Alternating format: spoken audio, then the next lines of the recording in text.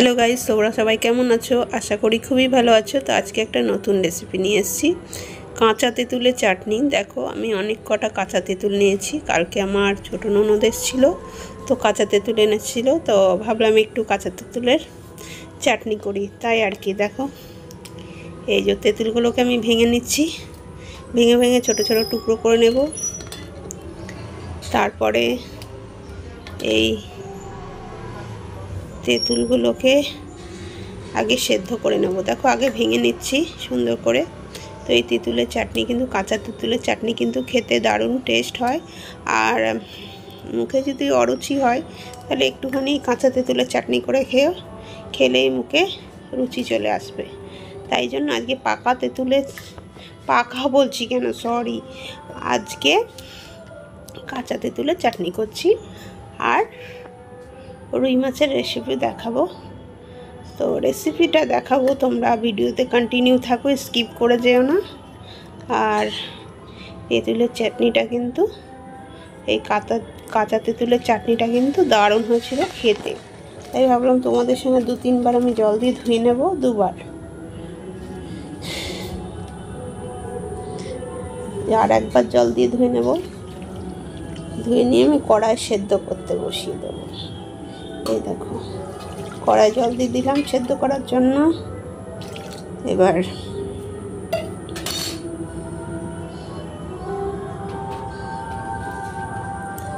কড়াই জল দিয়ে দেবো সেদ্ধ করার জন্য। এই যে তেঁতুলগুলো দিয়ে দিলাম। এবার বেশিক্ষণ লাগে না এই তেঁতুল সেদ্ধ করতে, 5 মিনিটে সেদ্ধ হয়ে যাবে। তো 5 মিনিট আমি ঢেকে দেবো। তেঁতুলটাকে নুন দিয়ে দিলাম, সামান্য একটু নুন দিয়ে সেদ্ধ করে নেব। তো দেখো, পুরো ভিডিওটা দেখতে থাকো, ভালো লাগে স্কিপ করে যেও না, স্কিপ করে গেলে বুঝতে পারবে না আর কি। এই দেখো, এবার ঢাকা দিয়ে দিচ্ছি। আর এদিকে দেখো, মাছ, রুই মাছের রেসিপি দেখাবো আজকে আমি। তো এদিকে হয়ে গেল। এবার এদিকে তেঁতুলটা বোধহয় সেদ্ধ হয়ে গেছে, দেখে নেবো একটু। এই দেখো, প্রায় সেদ্ধ হয়ে গেছে। তো আমি কিন্তু এই খোসা সমেত চাটনি করব। অনেকে কিন্তু খোসাগুলো ফেলে দেয়, আমি তা খোসাগুলো ফেলবো না, এভাবেই করে নেব চাটনি। হয়ে গেল, সেদ্ধ হয়ে গেল। এটাকে আমি এবার একটু নাড়িয়ে চাড়িয়ে নামিয়ে নেব। তো তোমাদের ভিডিওটা কেমন লাগছে কমেন্ট করে জানিও। আর কি বলবো, চ্যানেলে যদি কেউ নতুন দেখে থাকো তাহলে চ্যানেলটিকে সাবস্ক্রাইব করে দেওয়ার জন্য অনুরোধ রইল। আর দেখো, আজকে বিশেষ কিছু করছি না, তো এই জন্য ভাবলাম অনেক দিন পরে এই কাঁচা তেঁতুল হাতের কাছে পাই না, তো ভাবলাম আজকে কাঁচা তেঁতুলের রেসিপিটা শেয়ার করি। তার জন্য আর কি তোমাদের সঙ্গে শেয়ার করছি। রেসিপি তো অনেক কিছুই করে থাকি, কিন্তু কাঁচা তেঁতুলের রেসিপি করা হয় না কখনো। তার জন্য ভাবলাম আজকে করি, হাতের কাছে পেলামও, তার জন্য করছি। তো এবার আমি একটা পাত্রে নামিয়ে নেব। দেখো ফুটছে, একটু হলুদও দিয়ে দিলাম।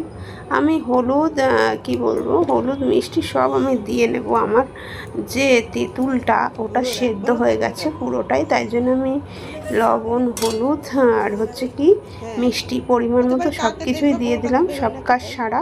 তো এর কাজ শুধু বাকি থাকবে, শুধু ফোড়ন দেওয়ার, আর কিছু বাকি থাকবে না। তার জন্য আমি এটাকে পুরোটাই কমপ্লিট করলাম। তো দেখো,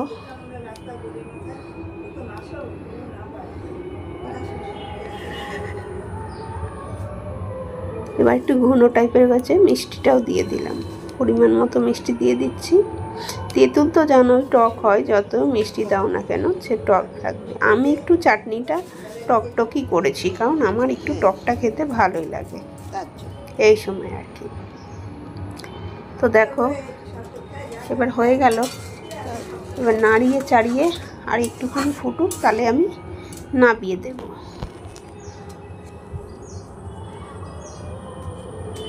চাটনিটা খেতে কিন্তু খুবই ভালো হয়েছে, খুবই টেস্টি, মানে টক ঝাল মিষ্টি। আমি ঝাল দিয়ে করেছি, এই চাটনিটা ঝালের ফোড়ন দিয়েছিলাম।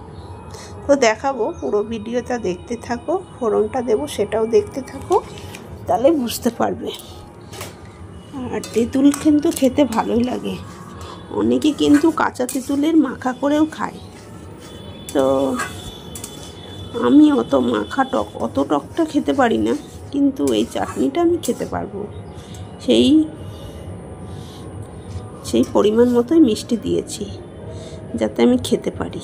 একদম টক কিন্তু আমি আবার একদম টক খেতেও পারি না, ওটাই আর কি। তো হয়ে গেল। এবার দেখো ঘন টাইপের হয়ে গেছে। এবার নাবিয়ে দেওয়াই যায়। একটা পাত্রে ঢেলে নেব।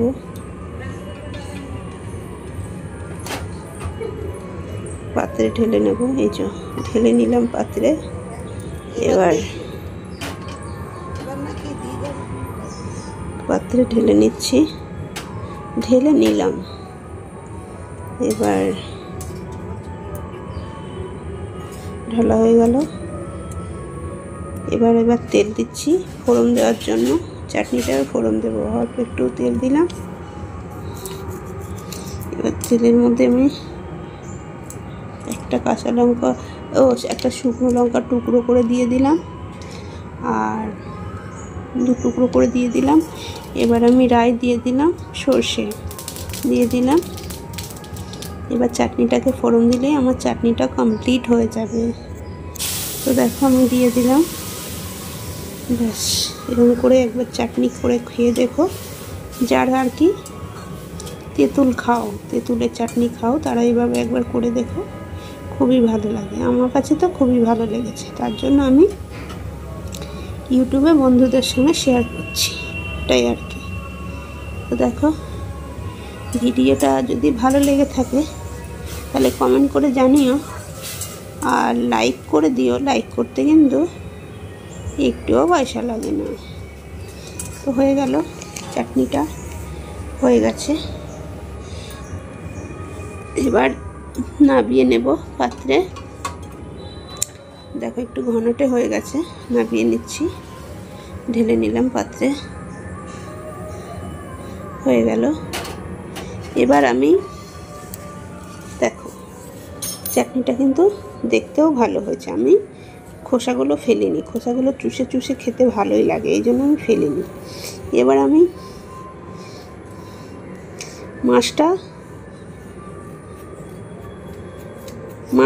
মাছের রেসিপিটা আমার শাশুড়ি মা মাছের রেসিপি করবে, আর আমি ভাজা মাছ খাবো। তো সেটাই তোমাদের আর কি দেখিয়ে দিচ্ছি। এ দেখো কড়াই গরম হয়ে গেছে, দুটো মাছ আমি কড়া করে ভেজে নেব। মাছটা কিন্তু একটু কড়া করেই ভাজতে হয় ভাজা মাছ খেলে। অনেকে কি করে ঝোলে দেয় বলে হালকা করে মাছটা ভাজে, কিন্তু একটু কড়া করে ভাজলে শুধুই খেতে ভালো লাগে মাছ। তার জন্য আমি 2 টুকরো মাছ এখান থেকে আমি নিয়ে নিচ্ছি, আর 2 টুকরো মাছ আমি ভেজে নেব। এই যে নিয়ে নিলাম। ওরা 2 টুকরো মাছ আমি ভেজে নেব এখান থেকে। ভালো করে ভেজে নিতে হবে মাছগুলোকে। আর আমার আজকে রেসিপি বেশি কিছু করলাম না, আমার এই দিয়ে খাওয়া হয়ে যাবে। আর একটু মাংসের তরকারি আছে, ওনাদের বাড়ি থেকে পাঠিয়েছে, তো ওটা দিয়ে হয়ে যাবে।